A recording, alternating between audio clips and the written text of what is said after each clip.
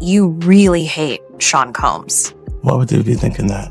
Because of the things that you post on Instagram, because of the... Look at this. And let's stop for a second and do say that I hated him enough to hire his kids. And we've never done anything to each other. So it's just competitive energy and things that you say about other artists while you're in hip-hop culture. I go on my Twitter and I see people saying, you look like you have AIDS, you should go die. I don't understand how I dedicated 22 years of my life to my fans, and now they turn on me. Do you regret ever getting involved in... I didn't have a choice. It got bad when I was about 15 years old, because when I did MTV Cribs, the day that I had to go show off that house, my mom and my dad told me, we're getting a divorce, but you still have to go do this. I had to go show off all the stuff my whole life that was going to be taken away from me. The FBI is finally looking into the alleged murder of Aaron Carter. The details of Aaron Carter's murder have creepy similarities with the death of Diddy's ex-wife, Kim Porter. Aaron Carter begged for help in front of the world. He begged for financial support to help get him a private security team to keep him alive. He said on numerous occasions, if anything happens to me, I promise you,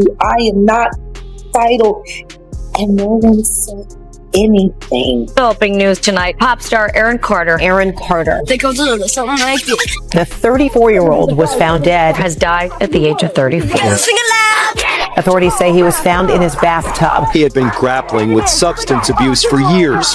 I mean, this is my first podcast interview ever. What? I was Aaron's twin. We have our own bond. I'm just at a place now where I want to tell our truth, change the narrative for my family. We were just such like playful kids. There was the 5 of us. There was a lot of love. Nick, he was discovered by my mom in the backyard. Oh my gosh, like he can sing. That's how he joined the Backstreet Boys. Aaron really idolized Nick. He wanted to be exactly like him. At age 7, he started singing. Working like an adult, innocence stripped away from him. Things were really chaotic at home. No boundaries. Divorce was like brewing. And then we all got into drugs. When 50 Cent steps forward with a documentary promising to expose what the public rarely saw, the conversation immediately shifts from rumor and speculation to something far more serious: accountability. Instead of whispered suspicions, the film asks a far deeper question: how certain truths managed to remain hidden for so long. By revisiting the meteoric rise and heartbreaking downfall of Aaron Carter, and placing his story alongside the immense influence long associated with Sean Diddy Combs, the documentary pushes viewers toward an uncomfortable but necessary reckoning. Suddenly, the issue is no longer about what people might have known, it's about who saw the warning signs and chose to stay silent.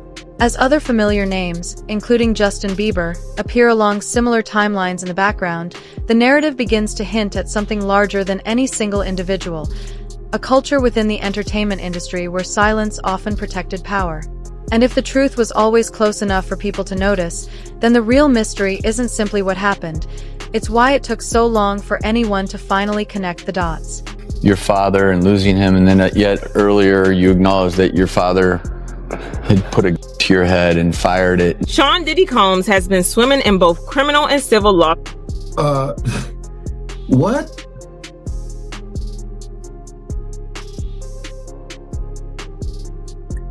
Wow. Talking about a transition. Man.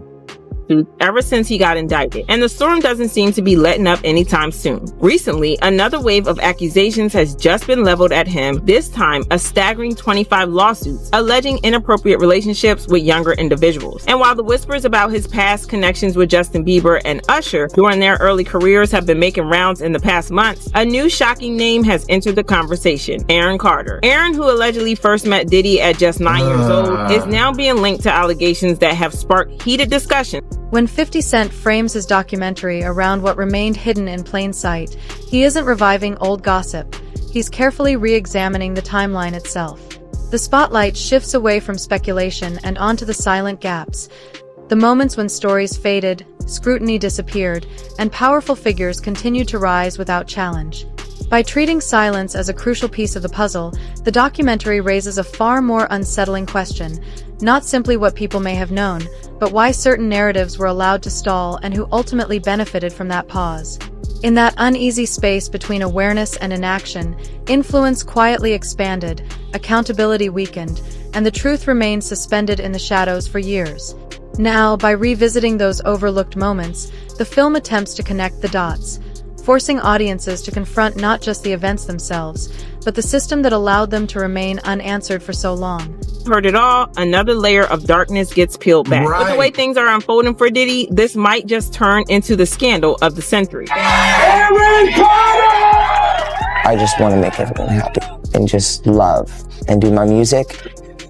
Do you honestly think that's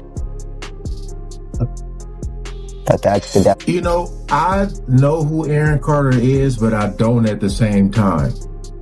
I forgot what it was that he actually did. But I believe he came from one of those, was it like a Disney show or something like that? I believe so. Because he has a brother, yeah. Finishing up a meth head and a crackhead, teaching my niece her first dance moves, making music on my bed. Aaron Carter was once the golden boy of pop, a wildly talented child star whose meteoric rise to fame was nothing short of remarkable. He was only 9 years old when he dropped his self-titled debut album, captivating audiences everywhere and securing his spot as one of the biggest child stars to ever grace the music industry. Carter was tipped to do great things and have a long, successful career, but as bright as his star burned, it faded just as fast. Fame at such a young age can take its toll, but there was so much more that contributed to the downfall of Aaron's career. Several insider sources have suggested that Aaron may have been a victim of manipulation and by revisiting the meteoric rise and heartbreaking collapse of child stardom, the documentary reintroduces Aaron Carter not as a sensational headline or tabloid spectacle, but as a powerful case study in fame without protection. His story moves beyond the simplistic narrative of personal failure and instead shines a light on an industry that watched from the sidelines, benefiting from his visibility while offering little real support. Through this lens, Carter's journey becomes more than a personal tragedy. It becomes a reflection of a system where young talent was exposed to immense pressure while meaningful safeguards were often absent. And if silence within that system was never truly neutral, then the question that inevitably follows becomes impossible to ignore. Who ultimately benefited from that silence, and why was it allowed to last for so long? I'm doing good, man. You doing good? Yeah, staying strong. It's been 8 months of a lot of turmoil and back and forth. But at this point, I think that I've got it under control. I'm doing everything that I need to do, and just focusing on my music, which is what I love. It's my passion, and really just taking care of my aftercare, and which consists of what? The care. You're doing what you have to do. So what does that mean to you? Basically, a lot of people in the news, there's hundreds of posts from media, and they all said, that I'm 165 pounds, and when I checked into rehab last time, I was 117, same weight that Michael Jackson died at, actually, and 117 pounds. Yeah. I got my weight up and I kept it the whole time. I've managed to turn my life around. I'd be able to purchase houses, flip houses, be a real estate mogul, do touring after all the... So you're buying and flipping houses, huh? Yeah. And I see that this one is for sale right now. Is up for sale. This one's up for sale. Yeah, so Christy Olympus is she's like my big sister. But she's my real estate agent. She got me to my first house, which was only like about a mile away from here. Yeah. And then flipped that one from 420 to 620, got $200,000 profit. I bought this one. The rise of Aaron Carter began long before adulthood had the chance to build any real defenses, inside an entertainment industry that eagerly profits from youth while quietly postponing responsibility. The documentary revisits his early success and places it alongside a troubling pattern of instability, revealing how what appears to be opportunity can slowly transform into something far more complicated. Access, attention, and constant demand can blur the line between support and dependence. In this environment, a child's worth can begin to be measured by performance and productivity rather than well-being. Warning signs that should trigger concern are too often reframed as pressure, stress, or simply the unavoidable cost of success. And that realization forces a far more uncomfortable question into the spotlight. At what point does the relentless pursuit of fame and profit begin to overshadow the most basic responsibility, to protect the child behind the spotlight? What's going on with that? You know, they look at the they look at the stuff, they look at this right here, bro. First and foremost, all the companies that you have, you understand, and I know some people have trust and have companies in their kid's name. This man never put anything in his name. Why? It's either his mother, his son, you know what I'm saying, his kid's name and everything like that. He had 18 companies that was giving him some kind of revenue. Why is nothing really in his name? Is there some kind of tax evasion? They looking at that. You understand? You got people in the industry that's been saying for years, this man is having sex with underage. So now the federal government is looking at that like, yo, when is somebody going to come forward? We got this information, this alleged information, but nobody's willing to come forward.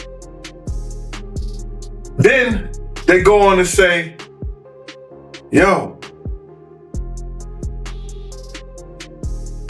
Shakur Stewart mysteriously dead. Supposed to be a self-inflicted wound. Person that had everything going for him in their life. Kim Porter dead. Somebody's car gets blown up.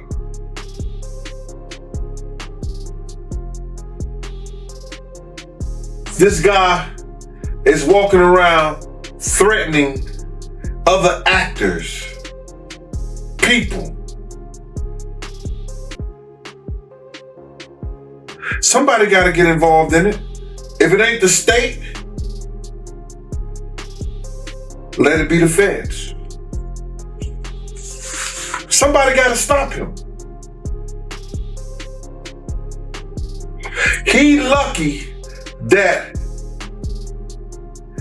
God given him the opportunity to be stopped while he's alive, then have to go to hell and face that shit.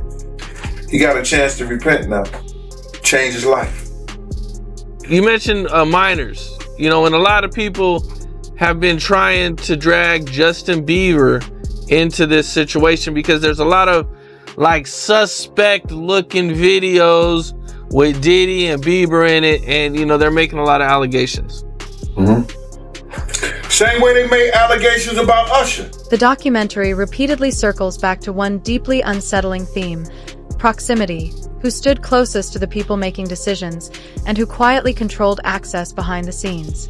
Sean Diddy Combs appears not as a definitive conclusion, but as a recurring presence woven through stories of mentorship, exclusive gatherings, and informal influence. Rather than delivering direct accusations, the film carefully traces the network of relationships surrounding power, suggesting that true influence often moves through personal connections rather than contracts, titles, or official authority. In doing so, the documentary reframes a far more complex question about institutional accountability. If real power exists in the gray spaces between formal roles, then how can systems designed to track official authority ever fully reveal where that power truly lived, or who ultimately held it? MTV Cribs, the day that I had to go show off that house, my mom and my dad told me, we're getting a divorce. You still have to go do this. I had to go show off all the stuff, my whole life, that was going to be taken away from me. The FBI is finally looking into the alleged murder of Aaron Carter. The details of Aaron Carter's murder have creepy similarities with the death of Diddy's ex-wife, Kim Porter. Aaron Carter begged for her in front of the world. He begged for financial support. One of the documentary's most haunting through lines is its careful record of Aaron Carter publicly and repeatedly reaching out for help. These moments are not presented as spectacle or personal breakdown, but as powerful evidence of fear, isolation, and a growing realization that something around him was deeply wrong. The film reframes these appearances as urgent signals from someone who felt increasingly exposed, unheard, and vulnerable within the very system that once celebrated him. Viewed in hindsight, those pleas feel far less like instability and far more like warnings. Clear signs of a young artist desperately trying to be taken seriously, trying to be understood, and trying to find support before it was too late. Died from that pneumonia. Yes. You know, just like Kim, just like Brittany Murphy. That pneumonia ain't no joke.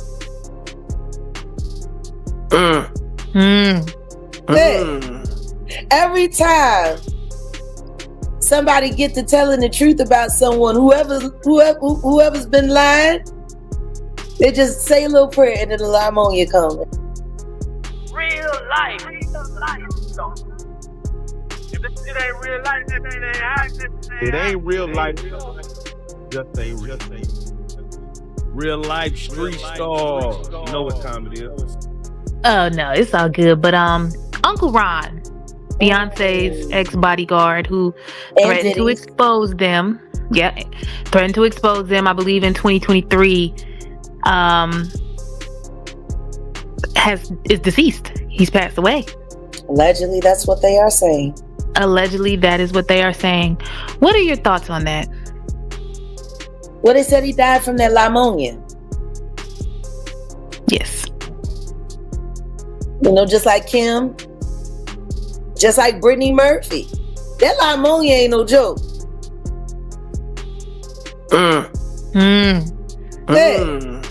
Every time somebody get to telling the truth about someone, whoever's been lying, they just say a little prayer and then the pneumonia comes, and then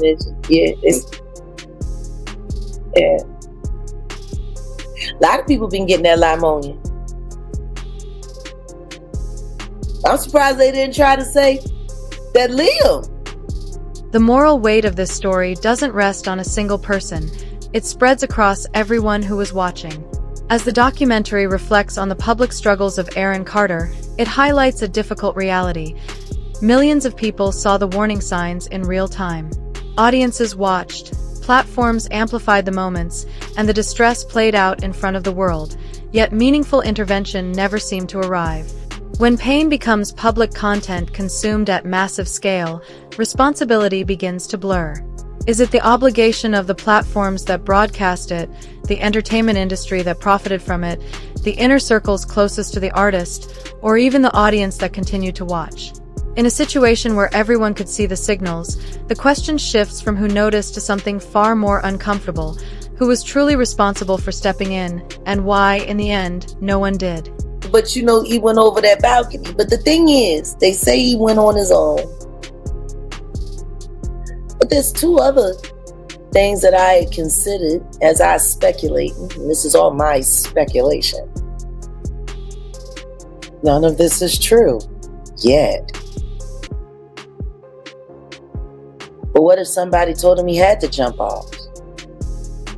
Man.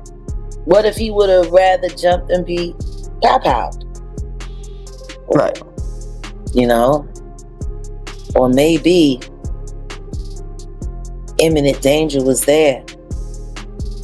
And it's alleged that only escape. Right. It's alleged that he had Tootsie. No, that's not alleged. That is a fact. There, Rook. It was found in his system in his autopsy. That's not alleged. That's crazy. The Tootsie, yeah. Yep. Jack, Liam Payne, his fall. There's a lot of alleged things they're saying that happened. Multiple levels, his fall. There's a lot of speculation. Personal life. Right. Health. What is his ties to Diddy? I mean, all of those kids from that era, even the British bands, they all partied with Diddy. I'm just...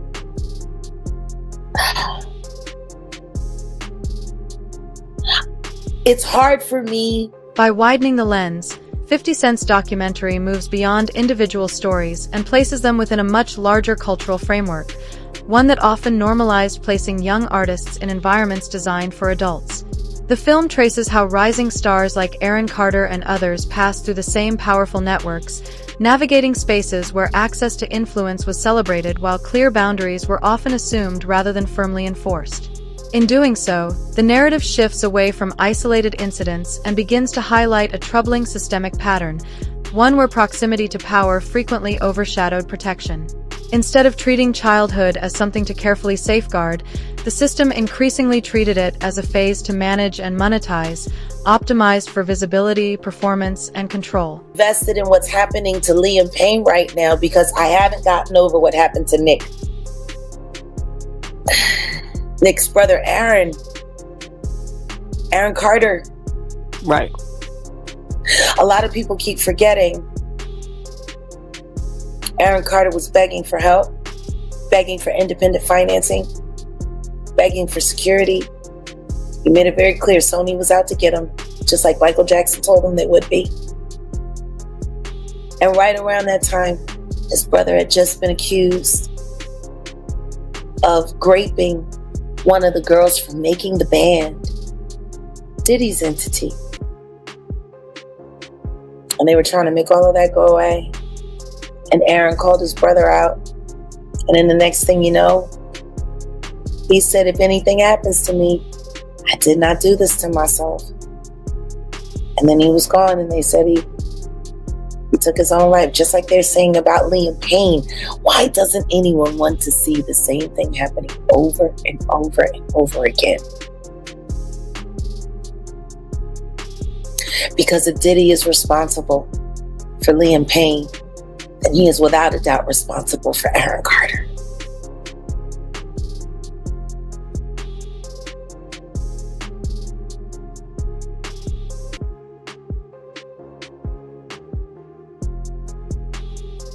Shout out real street stars, nigga. Mogul. The documentary introduces Justin Bieber not as an accusation, but as a revealing lens, context that helps illustrate a pathway the entertainment industry has repeated for decades. By placing his early rise alongside the remarkably similar journeys of young stars like Aaron Carter, the film highlights how access, mentorship, and rapid exposure often follow a familiar blueprint for emerging talent. The pattern becomes difficult to ignore. The same powerful networks, the same environments, and the same vulnerabilities appearing generation after generation. And when those structures keep repeating themselves across time, the question stops being hypothetical. At what point does repetition stop looking like coincidence and start revealing a system that has quietly normalized risk while avoiding accountability for far too long? You know what I'm saying? It's like 150 hugs. You're a public person as well, and there was one instance in Harlem, and his reaction when those people went away. Got in his car and said, I feel like I need to wash, like I'm dirt.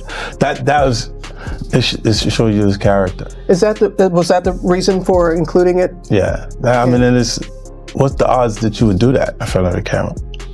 Like that's one of the moments where he forgot he was on tape. How do you respond to people who say that it's more about the disdain that you have for Sean Combs than it is for giving the victims a platform? What they consider a pre-existing beef, right, for 20 years, right, is me being uncomfortable with him suggesting that he takes me shopping, or I looked at it like it was like a tester, like maybe you'll come play with me type of thing, right?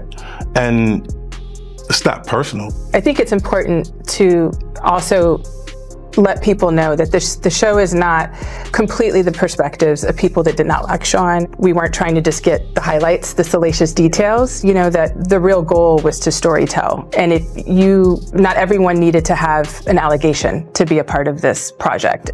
The 4-part series also features 2 jurors from Combs' trial who are speaking for the first time about how they reached their mixed verdict, finding Combs guilty of 2 prostitution offenses, but clear of racketeering and sex trafficking charges, both sharing their thoughts on the relationship between Combs and singer Cassie. Juror 75 describing them as 2 people in love, and Juror 160 saying in part, domestic violence wasn't one of the charges. Cassie, is she a victim in all this? I believe Cassie's a victim in all this because she came in as she's like 18, like 19 years old. In the very beginning, after a while, over time, you condition for it. The goal of what the film is trying to do is to let the audience kind of come in to ask questions like, were their decisions colored by certain things, and who got the benefit of the doubt, in that courtroom? Do you think that hip-hop culture was on trial as much as Sean Combs was? Look, if I didn't say anything, you would interpret it as hip. The documentary ultimately reframes silence not as coincidence, but as a system, one quietly sustained by loyalty, fear, and the high price of reputational damage.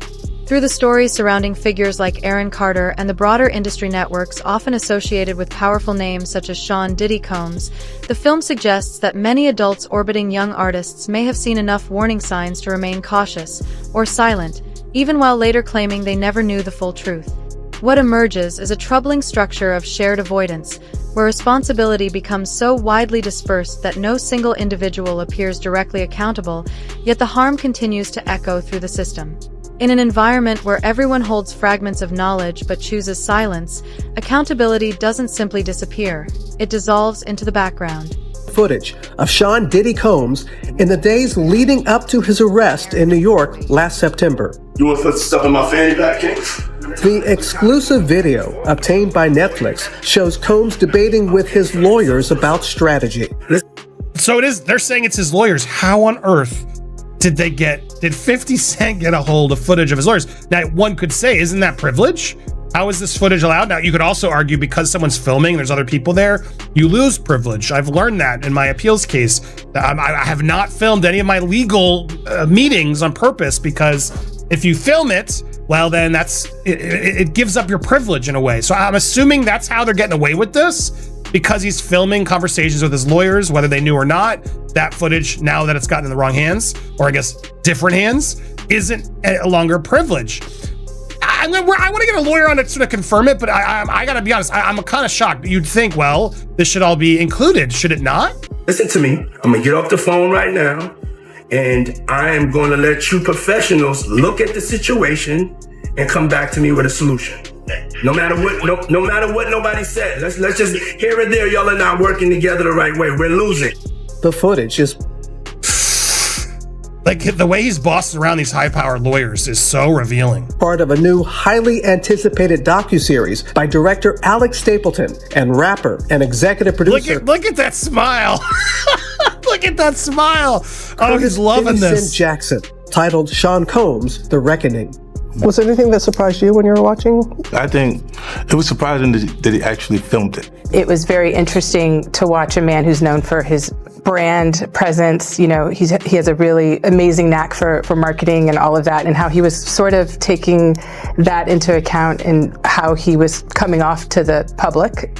We knew that was coming, by the way, because we learned that throughout, as he was using his own kids to post birthday messages and etc. Like, this guy wants to control everything. The exclusive video also shows Combs in Harlem greeting fans. He's like, oh yeah, look at all these. This was yeah, what's up? Let me shake your hands. Yeah, let me take this.